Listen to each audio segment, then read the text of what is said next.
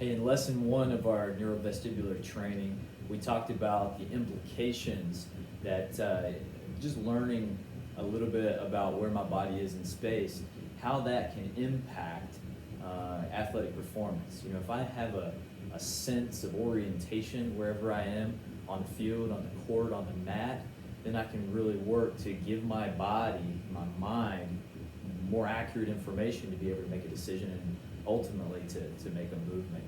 And the last time we also talked about how head control is really everything. That's why we started with nodding and shaking. We're going to take it to the next stage now. We'll keep the same exact setup. We're going to stack our hips over our knees and our shoulders over our hands. We'll tuck our toes. We're going to progress from from nodding and shaking to rocking forward and backwards, and then from right to left. So let's look and see what that looks like.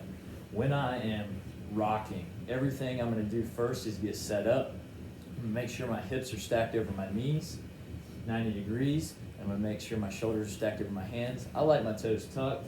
I'm locking in a neutral position.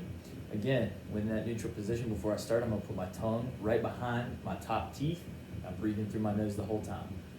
Rocking now, we're going to rock forward and back. I'll show you. We'll go about 5 reps forward and back in a controlled manner. Here we go.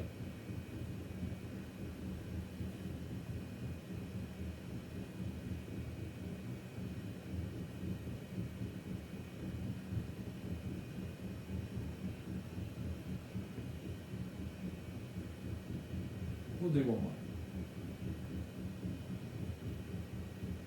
That was rocking forward and backwards. And we can also do this sideways.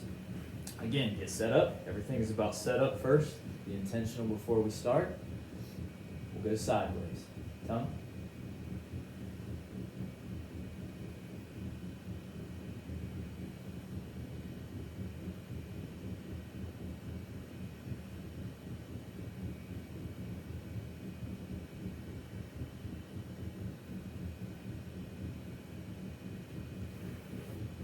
Second progression of our neurovestibular training will be progressing from nodding and shaking of my head, where I'm working on head control, to simple rocking forward and backwards. We can go even further. We can progress this thing out to going in circles.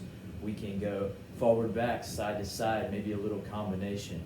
Really, anything that we want to do to progress this over time, as long as we go slowly, there's really no rules. We'll continue to give some different variations here, but the key thing is understanding where my body is in space, gaining an appreciation when I do potentially get compromised, to be able to recalibrate to understand where I am, and then still be able to complete a task. Head control is everything. Know where we are in space. Neurovestibular training, lesson 2.